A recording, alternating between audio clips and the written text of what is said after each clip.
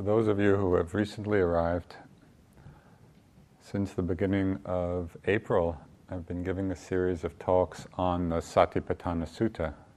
It is the sutta on the four foundations or the four abidings of mindfulness. Talks have been based on quite an excellent book by a German monk, Venerable Analayo, called Satipatthana, The Direct Path to Realization. So last week, we discussed the first of 6 contemplations the Buddha taught with regard to the body, and that was mindfulness of breathing. He spoke of beginning this contemplation on breathing with the very simple awareness: when breathing in, I know I'm breathing in. When breathing out, I know I'm breathing out. That's like the simplest possible meditation instruction.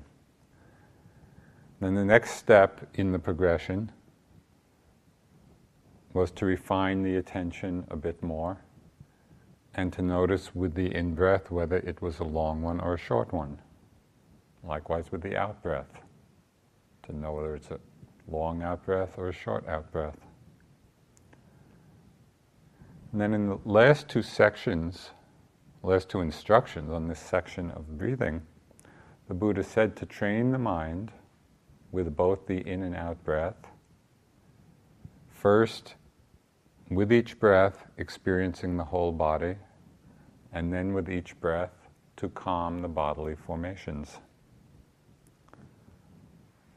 So we went into quite a bit of detail on this last week.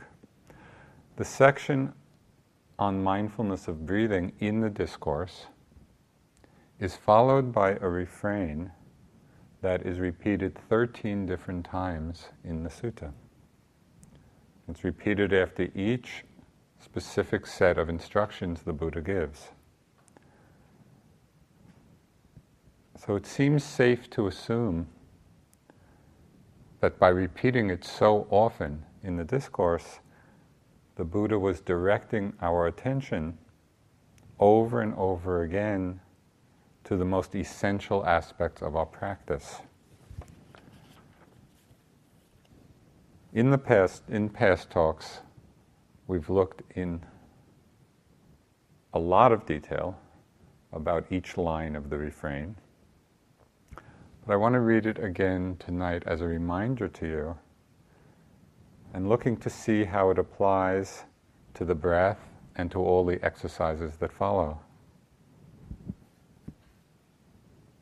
Okay, so with respect to the breath, in this way, in regard to the body, one abides contemplating the body internally, or one abides contemplating the body externally, or one abides contemplating the body both internally and externally.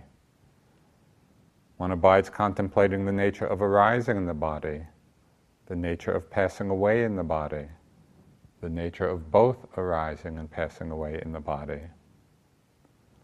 Mindfulness that there is a body is established in one to the extent necessary for bare knowledge and continuous mindfulness, and one abides independent, not clinging to anything in the world.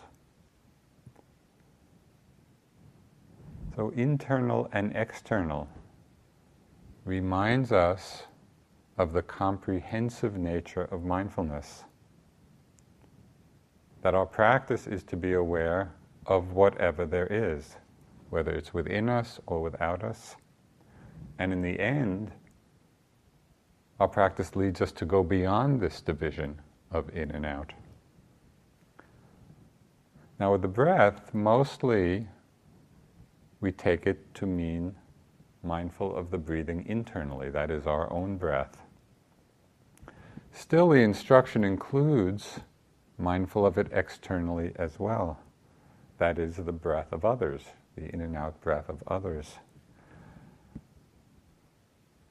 I think it's worth pointing this out, particularly for those times when you're here in the hall and somebody's breathing seems loud or disturbing, And our usual reaction of mind is to get annoyed, to get judgmental. Don't they know what they're doing? But if we remember this instruction of the Buddha that we can actually be mindful of the breath externally, then we become aware of the other person's breath. Is it in? Is it out? Is it long? Is it short? Are their bodily formations calmed or not calmed? And so we use that very experience as the vehicle for our own awakening. It's all part of the instruction. And I think it's a helpful reminder to us. So in one sutta, the Buddha says, and again he uses, in the suttas, he uses the pronoun he because mostly he's been talking to monks, so when I'm reading the quotation, that's the pronoun I'll use, but please take it to be all-inclusive.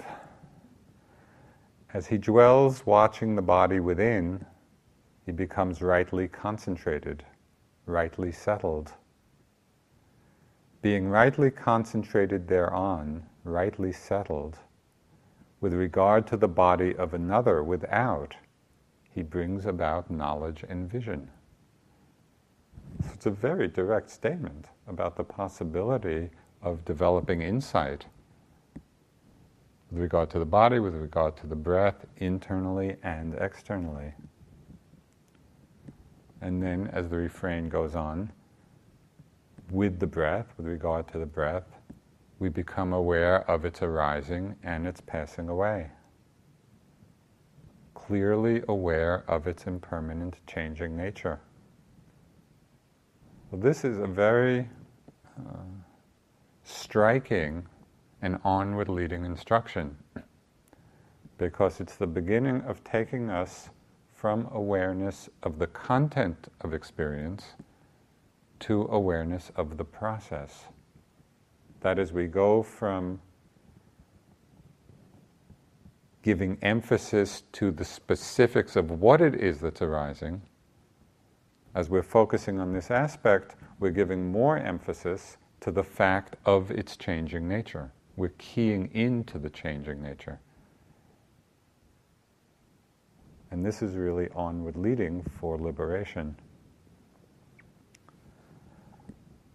And then in the refrain, the Buddha reiterates that we should be mindful of the breath, just to the extent necessary for bare knowing and continuous mindfulness.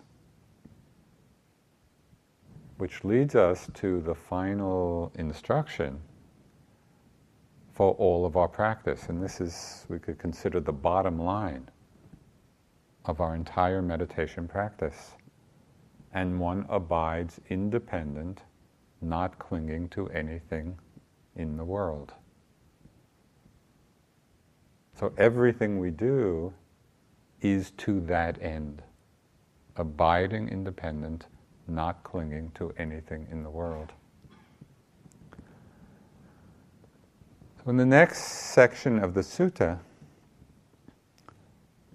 the Buddha expands the scope of mindfulness of the body from mindfulness of breathing to mindfulness of body postures.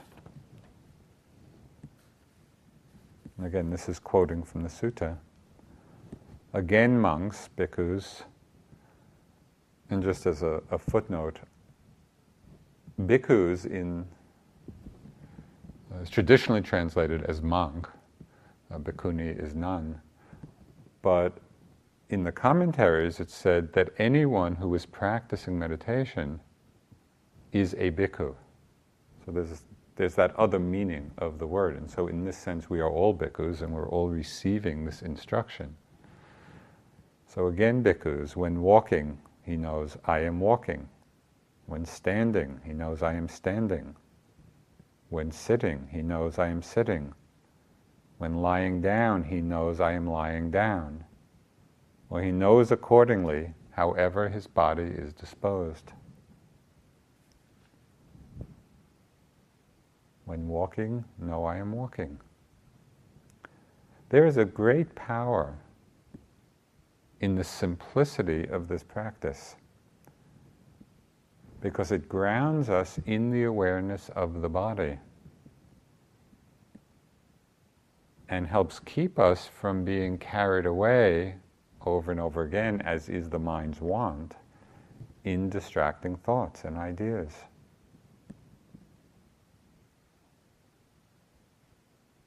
The simplicity of this instruction belies its profundity. My first teacher, Munindraji, used to say, if you sit and know you're sitting, the whole of the Dharma will be revealed.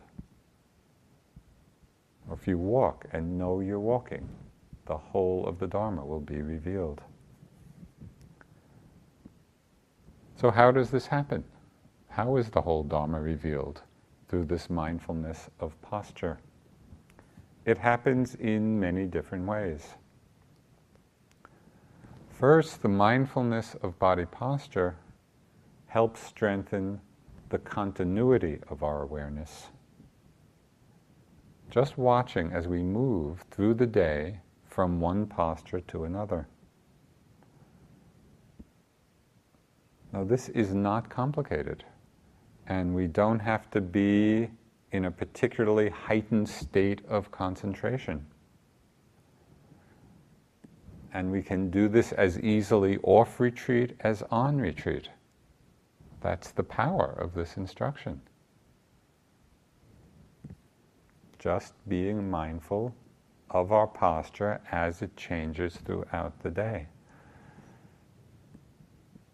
It's like we don't have to be in meditation graduate school to be awake. It's really simple. And in the Buddha's time, as most of you know, there were many 7-year-old arhants. And you think, well, why? How did a 7-year-old, become an arhat, become fully enlightened? And sometimes I think it's because they were able to follow the simplest of instructions. Our minds have gotten so complicated we can't believe that it's that simple. Sit and know you're sitting, and the whole of the Dharma is revealed. Okay, so it provides a vehicle for continuity of mindfulness through the day. Mindfulness of postures and seeing how they manifest, how they're showing themselves, also reveals a lot about our mind states. Just as a few examples. As we're walking, are we sometimes aware of that feeling of rushing? And rushing really doesn't have anything to do with speed. Sometimes we're rushing moving quickly, but it's possible to be rushing creeping along. And I've had this experience often, on retreat. I can be doing slow walking meditation, 6-part walking, really microscopic. The lunch bell rings, and I'm still doing my 6-part walking, but I can feel my whole energy body leaning forward into getting to the dining room. So it's just this very subtle, rushing is just this very subtle toppling forward, anticipating, having some wanting in the mind, some expectation, as opposed to simply being settled back in the moment with just what there is, not toppling forward. Some of you may know the teacher Narayan. She's a teacher at the Cambridge Insight Meditation Center. And she wrote and drew this very lovely little Dharma book. It's about, 2 inches by 2 inches. It's a very small book filled with drawings, nice drawings that she made. And on each page there's just maybe a few words of caption. And most of the words are like this. When walking, just walk. When eating, just eat. When standing, just stand. When lying, just lie. And so the book goes through a whole range of daily activities. Well, when I read that, the phrase just stuck in my mind. It was so nicely done. Often in the walking meditation, that phrase will come to mind. When walking, just walk. And it's amazing how often just that phrase disentangles my mind from something extra that my mind is doing. It might be a kind of rushing, it might be a kind of over-investigation, a looking for something. It might be in anticipation, of the next step. When walking, just walk. So I recommend you just try that at times and see if it kind of cuts through anything extra that you're adding to the simplicity of this instruction. So how the posture is manifesting can reveal something about our state of mind. When we're sitting, what is the sitting posture? Are we sitting straight or are we slumped? That will reveal very often a quality of our mind, whether we're wakeful, energetic, whether we're sleepy, filled with sloth and torpor. In standing, whether it's standing meditation or standing waiting in line for food, are we standing impatiently? Is there restlessness? Or are we simply grounded in the posture? Grounded, rooted in the present, in a sense of ease. How when we're lying down? How is that posture manifest? Are we sprawled out in some unseemly fashion? Or, as the Buddha suggested, are we resting in the lion posture? Resting on one side with one foot resting on the other. Lying with mindfulness.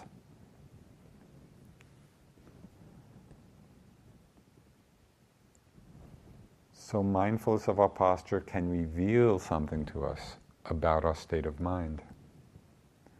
It also becomes the basis, this mindfulness of posture, becomes the basis for overcoming unwholesome states of mind, even ones that are quite intense.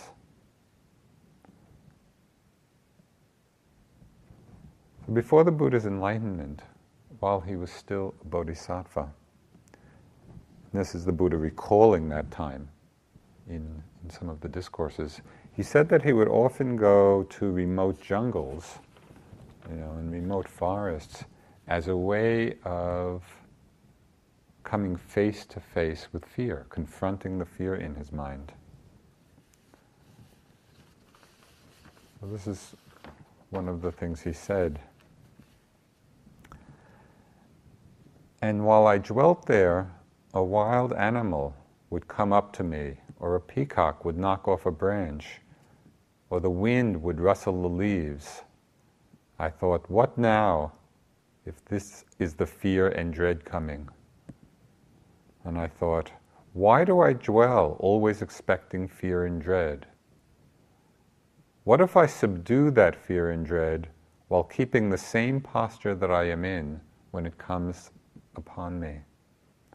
So when I walked, the fear and dread came upon me, and I neither stood, nor sat, nor lay down, till I had subdued that.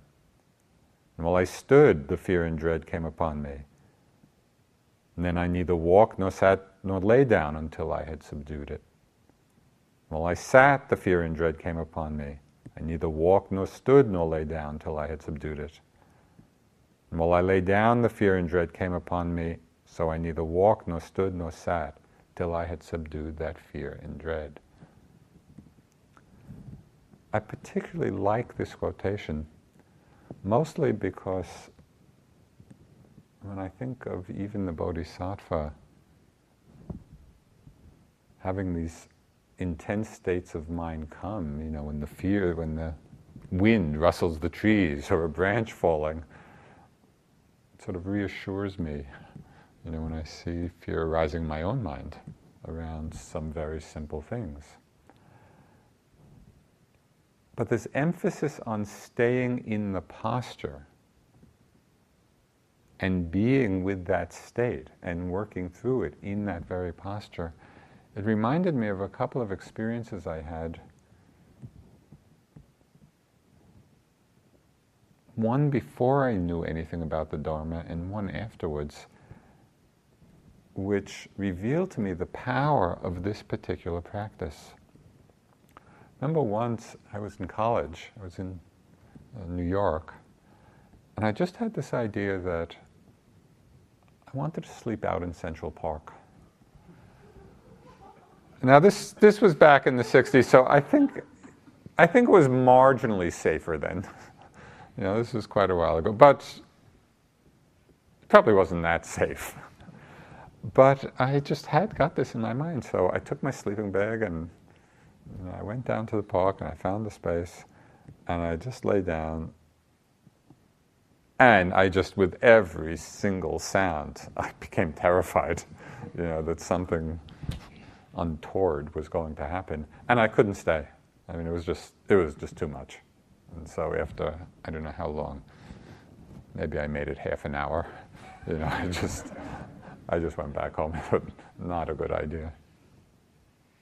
Well, years later, this is after practice. So at that time, I had no idea. I had no idea of mindfulness. I had no idea of really paying attention to my body. And so I was just caught up in the fear and had to leave. Years later, after I practiced quite a bit, I was on a camping trip with friends in Lassen National Park in California. We were out hiking and camping. And again, I decided, we were quite a big group, so I wanted to just go off apart from the group, and just sleep alone and just see what it was like, to be alone in the wilderness. So I went off, not with a tent or anything, just my sleeping bag, and found a place to sleep. And I'm lying there, and there are all these sounds, just like the Buddha described, Not a peacock knocking off a branch, but wind in the trees and animals were scurrying, and I could see the fear coming up in me. But by that time, I had really learned something about staying mindful of the body.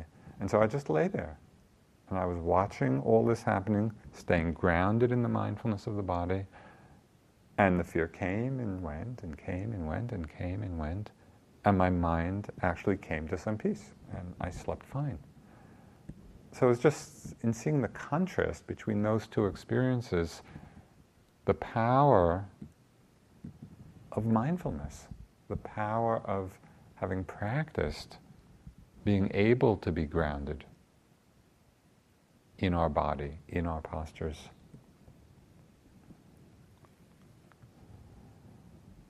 It's very clear from the Buddha's account that purification of the mind is not limited to sitting practice.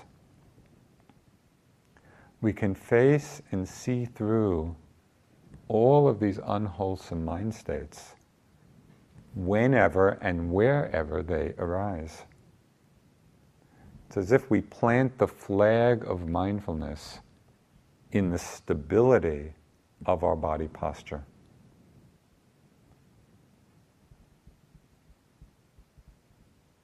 And we can really stay firm in that awareness. This was expressed in a slightly different way, in kind of a somewhat more dramatic way, but I think it's basically the same understanding. This was something that was said by Georgia O'Keeffe, famous artist. She said, "I've been absolutely terrified every moment of my life, and I've never let it keep me from doing a single thing I wanted to do." And I just kind of appreciate the courage of that.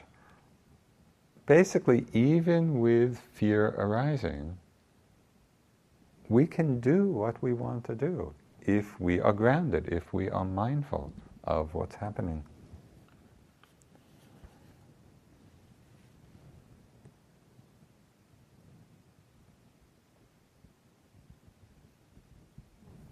So mindfulness of the posture becomes the vehicle for strengthening continuity of awareness. The way the postures are manifesting reveals things, reveals the state of our mind. It becomes the foundation or the place of stability for us to face and see through the unwholesome mind states. And this mindfulness of our postures, and again, it's very simple. When sitting, I know I'm sitting. When walking, I know I'm walking. When standing, I know I'm standing. When lying down, I know I'm lying down. This simplicity of awareness also becomes the doorway to the three characteristics that Myoshin spoke about the other night. Now, impermanence is so obvious as we move from one posture to another throughout the day. And it's not only in the big shifts, it's not only when we go from sitting to standing, or from standing to lying down. We can also see the impermanence when we're mindful of our postures in the innumerable minute changes as we go from one posture to the next. So just as an exercise, if you are not already doing it, you come into the hall and hopefully you're coming in mindfully.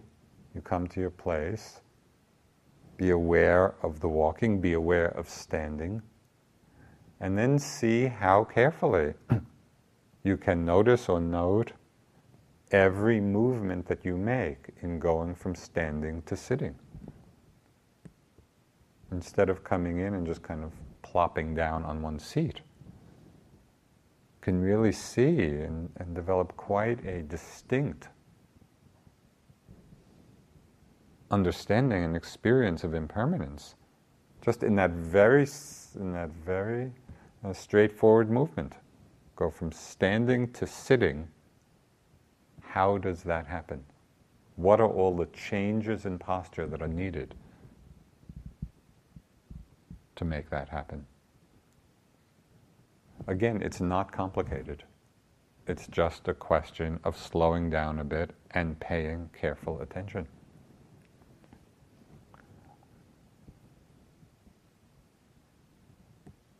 So mindfulness of the posture very, very easily illuminates the truth of change. It also illuminates, in some very striking ways, the truth of dukkha, of suffering, of the unsatisfying nature of phenomena. And it's illuminated when we begin to investigate, bring the investigative mind to the question, why is it that we move? What is the motivation for our movements? When we pay attention carefully, we see that most of our movements are made in order to alleviate some discomfort or pain. That's really what's moving us through the day. The Buddha talked of how movement masks dukkha. We see it in many ways. We see it in the slight shifts of position we make when we're sitting. Why do we make those movements? It's to alleviate or relieve some tension. And we're feeling a little discomfort, and so we move. Or it may be a major shift of posture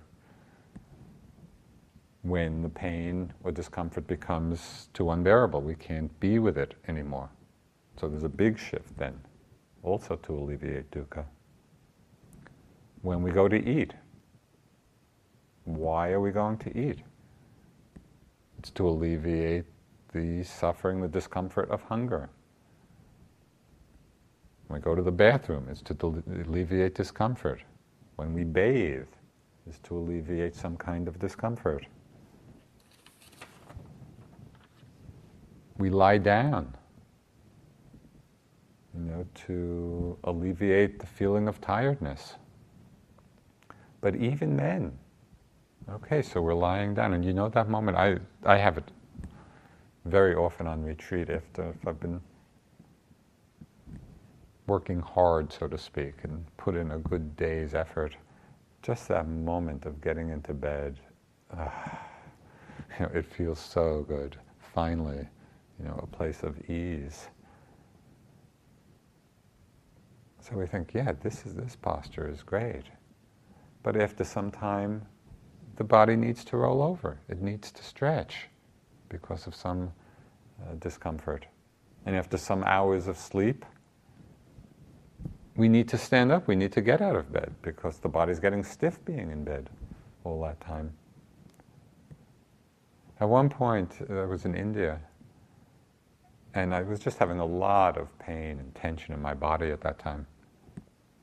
And I was just sitting with that, day after day. And I had this idea, I'm going to get this thick foam mattress and lie down with nothing crossed, my legs out, my arms out, and just supported by this nice soft foam. So finally I'll just be able to meditate in comfort. So I did this, and I got all of this together. Kind of lay down, flat on my back. It didn't take long. I don't remember now. Maybe I had an hour, of comfort. But just lying there in one position, the body started to feel uncomfortable again. Because this is the nature of the body. This is what the Buddha is talking about when he's talking about understanding dukkha. But our movement keeps masking it. It's interesting to me of how often I and others would like to have the insight into dukkha without the dukkha. We all want to have kind of that insight and understanding. But the real freedom doesn't come from a theoretical understanding. It comes from really being with it and seeing it, because that's what deconditions grasping.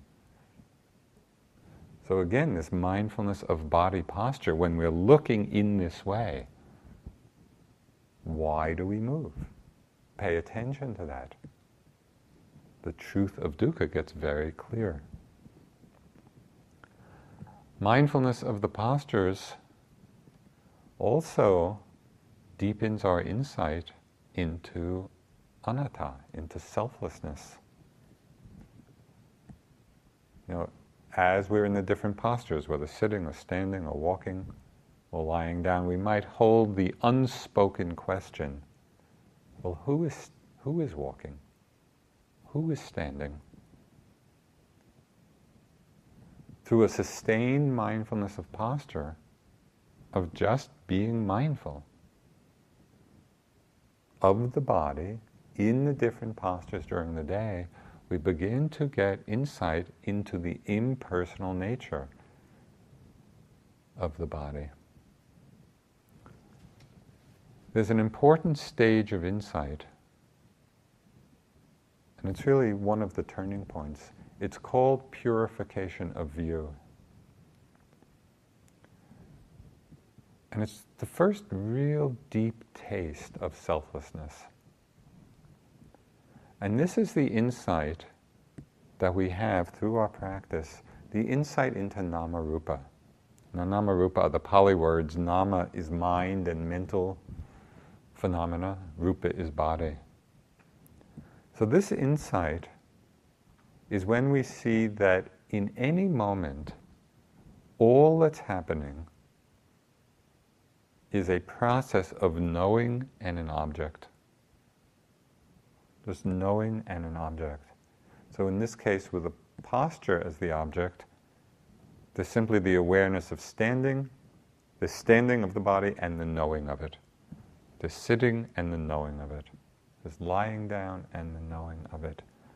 We begin to see directly, not theoretically, but we really see for ourselves that this is all that is going on. That there's no one behind the process to whom it's happening, but rather what we're calling self, what we're calling I, is simply this process, moment after moment, of knowing an object, this pairwise progression. And then this also leads us to see the conditionality of mind and body. Body moves because there's an intention in the mind. The intention to move, and then the body moves. A corpse doesn't go anyplace because there's no mind there, and so there's no intention. So yogis, meditators, often get or experience this insight into selflessness in walking. And very often, both I've experienced myself in these ways and people have reported, when you're walking and have the feeling of being walked. Or sometimes walking as if the movement is happening by itself. Or sometimes there's the walking and there's the feeling of being pushed or being propelled. And all of these are manifestations of the understanding or insight into selflessness. That the walking is only this play of namarupa. There's no one there doing anything. So it's a real turning point in our understanding and our deepening insight of anatta.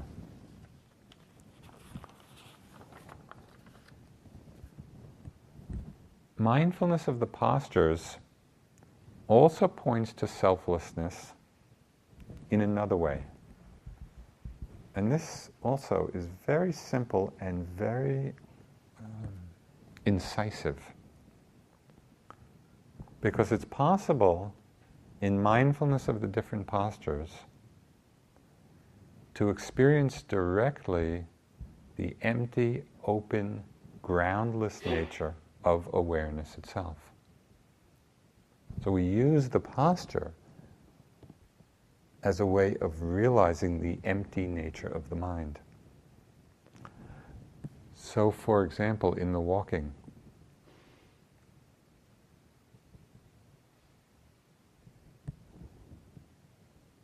it's helpful to frame the experience in the passive voice. And I'll explain what I mean. Because when we frame it in the passive voice, we are taking the I out of it. So, for example, instead of I'm walking, walking is being known. Sitting is being known. Standing is being known. Okay, so we're doing the walking meditation back and forth, and just to be in that experience, walking is being known. And it's being known spontaneously, it's being known effortlessly. There is no one there doing anything. The nature of the mind is awareness. And so when we're undistracted, we are simply there in the moment.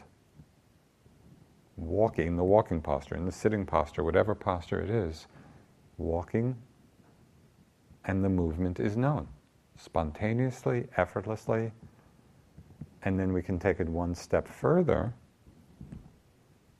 and again hold the unspoken question, known by what? We're in the actual experience of it, we're not thinking about it, we are just in the experience of the movement being known. Known by what? So when we look for the what, there's nothing to find. And yet the knowing, the cognizing is happening. So this is the experience of this great mystery of consciousness, of awareness. There's nothing to find, and yet the knowing is happening. So we can read about this in books and all the different texts and whatever. But it's possible in the simplest way to experience this for ourselves.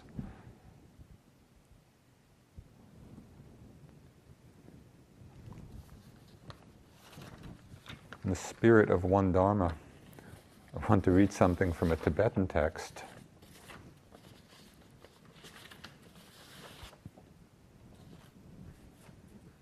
Just pointing to this and pointing to the importance of mindfulness. This is from a text called The Torch Which Dispels Darkness by Lama Mipam. The right way to investigate the nature of mind is not to perpetuate past thoughts, nor invite the arising of future thoughts, and to remain in the present in a balanced state. The mind should neither be distracted by outer objects, nor excessively withdrawn in a state of apathy. Let the mind remain in a relaxed and open state. Just as a young child cannot be left on its own, but needs the constant attention of his parents so he won't get lost, mindfulness is necessary so that the mind does not get lost in distraction. Awareness basically means freedom from clinging. If there is clinging, it is not awareness, it is discursive mind. Mindfulness is not something that is acquired right away. Perseverance is needed. It is necessary to be mindful not only while resting in the state of meditative evenness, but that mindfulness needs to be kept in any circumstances. While eating, while walking, etc., it is important to be constantly alert and vigilant in watching the condition of the mind.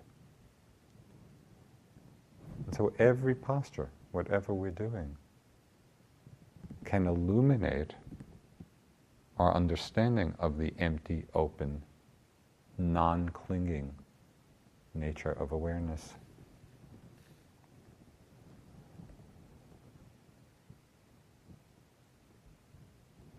The continuity of mindfulness, of postures, ensures the continuity of awareness of impermanence, because we see our body postures are constantly changing. And this continuity of awareness of impermanence in turn frees us from any identification with the body or with anything else. And this is really the heart of freedom. Ramana Maharshi, the great Indian saint of the last century, he said, to identify with the body and yet seek happiness is like attempting to cross a river on the back of an alligator. It's not a good idea. Alligator's not a good vehicle for crossing the river. Identification with the body is not a good vehicle for experiencing happiness or liberation. So through our mindfulness of the postures, through the changing nature of them,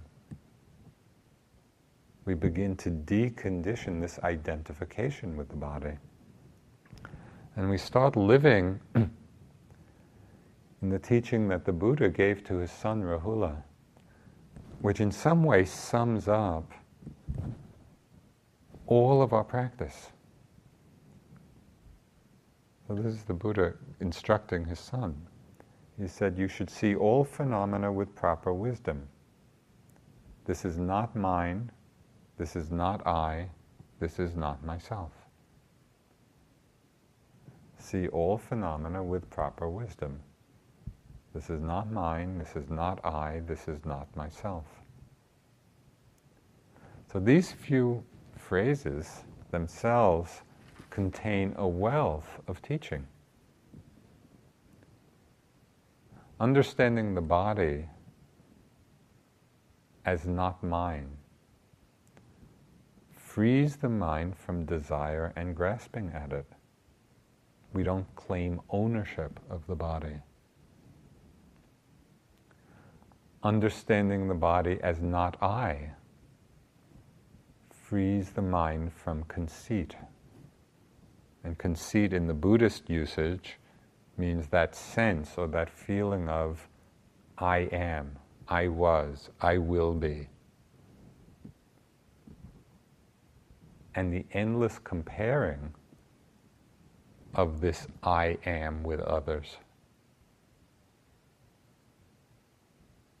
So we see all phenomena, we see the body, we see the mind, not mine, not I, that is free from the conceit I am. And just as an experiment, you might make,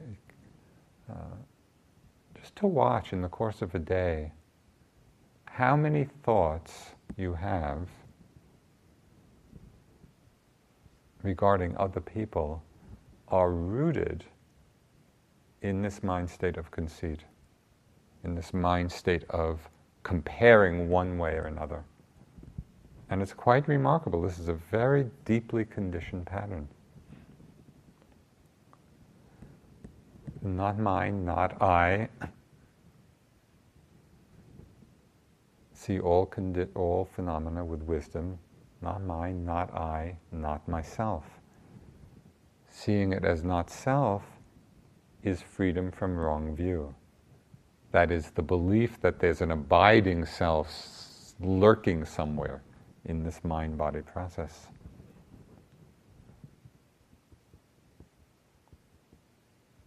So the purpose of our practice is to purify the mind of obstructive and unskillful mind states, which means those mind states which cause suffering. So in the Buddha's words, he said, to abandon covetousness for the world,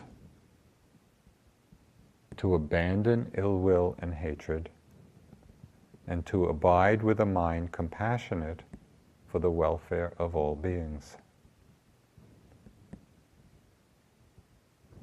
So even though often we seem to privilege the sitting posture in our meditation,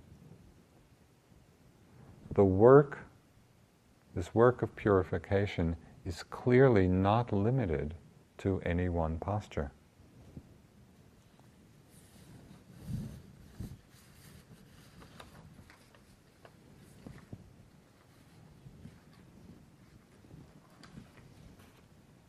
This is from another sutta in the Middle Length Sayings where the Buddha says, "Bhikkhus, you should train thus.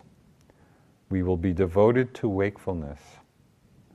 During the day, while walking back and forth and sitting, we will purify our minds of obstructive states. In the first watch of the night, while walking back and forth and sitting, we'll purify our minds of obstructive states. In the middle watch of the night, we will lie down on the right side in the lion's pose, with one foot overlapping the other, mindful and fully aware, after noting in our minds the time for rising. After rising in the third watch of the night, while walking back and forth and sitting, we will purify our minds of obstructive states."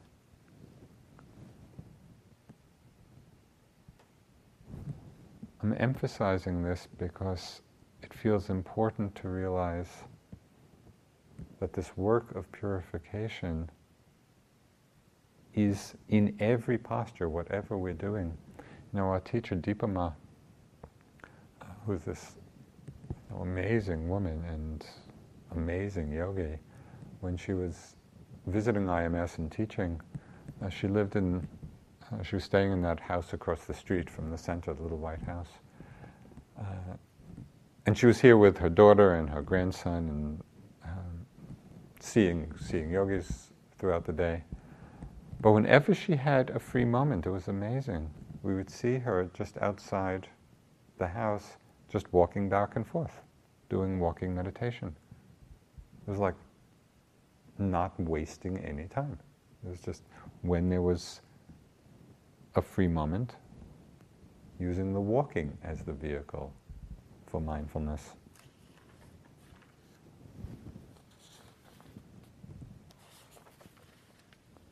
There are many stories in the suttas of monks and nuns getting enlightened in all the different postures. One story which Munindraji, I think, was his favorite story. I must have heard it 10,000 times. So this is number one for you. It's a story about Ananda, who was the Buddha's cousin and devoted attendant. And he achieved the first stage of enlightened stream entry quite quickly. But then, as all his monk buddies were getting fully enlightened, because he was busy with a lot of duties, he did not reach arhatantship, even in the Buddha's lifetime. Even though he was present at all the teachings, and he heard, and it said he had perfect recall of all the teachings, and he was this wonderful-hearted person. But the Buddha had assured him, that he has all the necessary paramis, he has what it takes. After the Buddha's death, I forget how many years afterwards, they had a council to recite the teachings of all the discourses the Buddha had given. And it was the beginning, really, of the great oral tradition, preserving the teachings. And it was a council of 499 arhants, fully enlightened beings, but they needed Ananda there because he had been present at all the discourses and, as I said, had perfect recall of them. So all the monks got on his case. Ananda, you've got to get enlightened before the big council meeting. So there's a little bit of pressure. It's the night before. All these other great beings are there. So Ananda's doing walking meditation, back and forth and back and forth, remembering the Buddha's words that he has everything, all the requirements, the prerequisites, but nothing was happening. So then he kind of stopped for a moment. And he said, "Well, what's out of balance here?" And he said, he saw, I'm making too much effort. There's over-efforting here. I need to bring all the factors into balance. So he decided just to lie down, for a little time. So it's said that as he went from walking very mindfully to his resting place, and just in the process of lying down, before his head hit the pillow and before his feet were on the bed, just in that intermediate pose, all the other stages of enlightenment happened, became an arhat. All the psychic powers came about spontaneously. And so he spent, so it said, some time enjoying the bliss of his freedom. And then through his newly acquired magic powers, he just appeared spontaneously, in the group of arhants when the meeting began. And kind of they all knew that Ananda had made it. So Munindra told this story very often, just to emphasize that even in the process of lying down, if not enlightened, if not arhatantship, deep insight can happen. We don't want to overlook or think any particular posture or activity, or think one is more important than the next.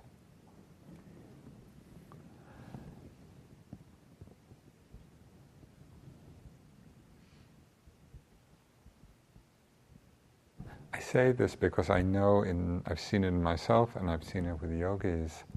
There's very often in our minds, even though we give lip service to this, somehow we think that sitting is where it's really at, or sitting is the important posture.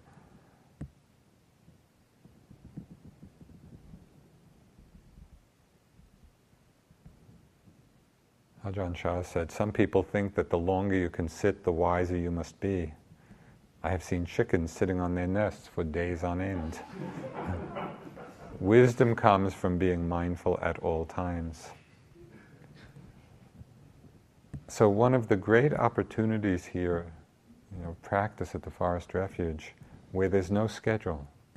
You're each kind of settling into your own rhythm.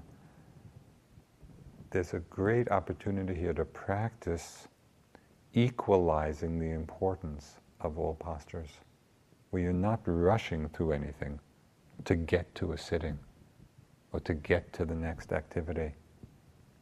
Seeing that it's all the same mind-body process. It's exactly the same process that's going on, whether we're sitting, whether we're standing, whether we're walking, whether we're lying down. We can really make the day seamless.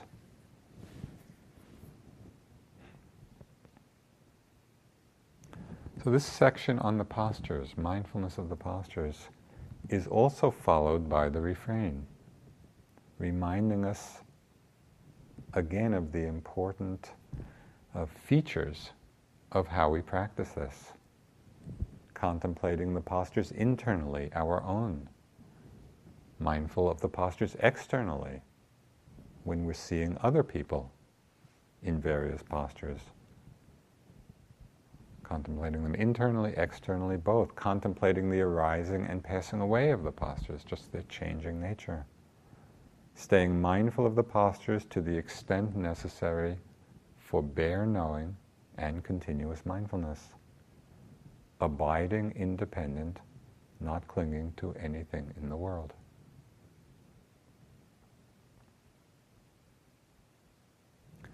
Let's sit for just a couple minutes.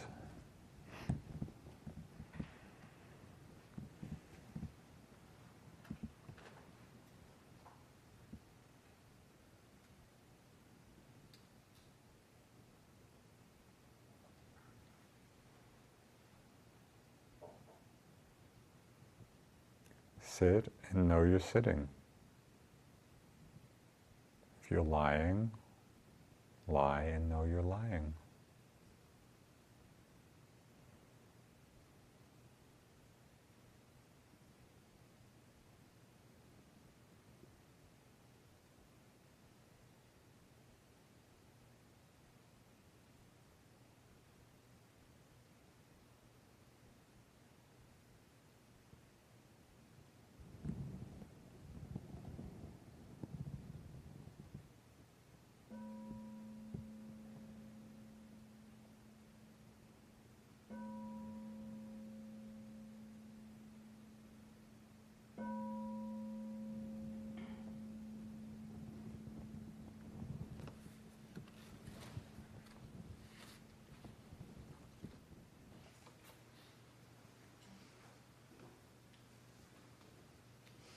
Let us chant the verses of sharing and aspiration.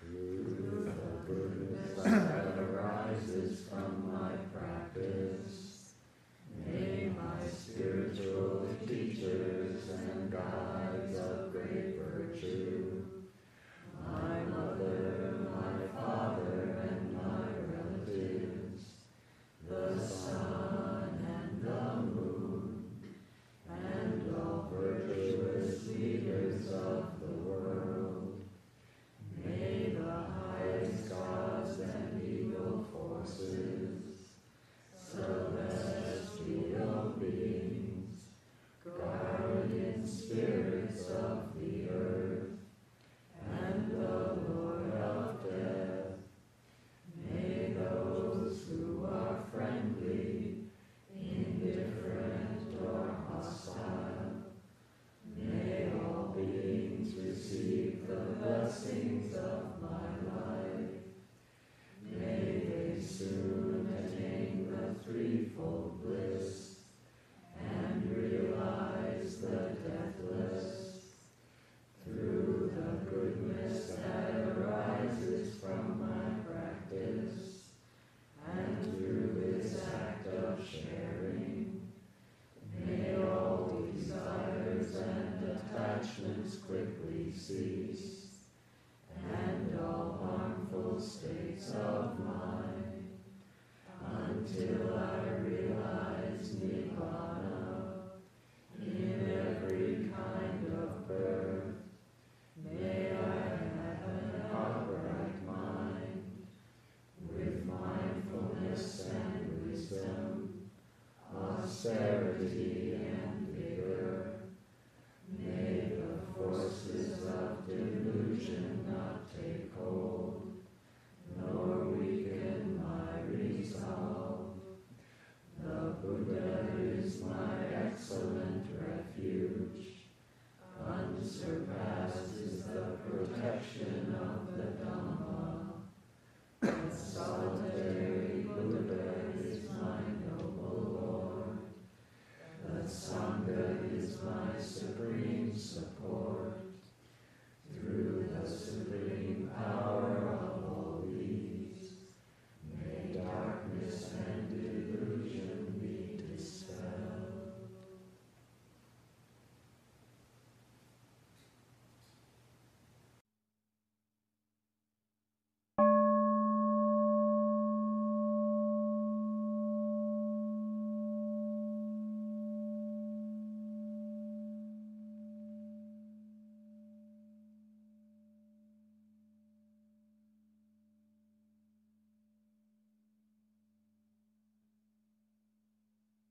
This talk was given by Joseph Goldstein at Forest Refuge on June 6, 2004.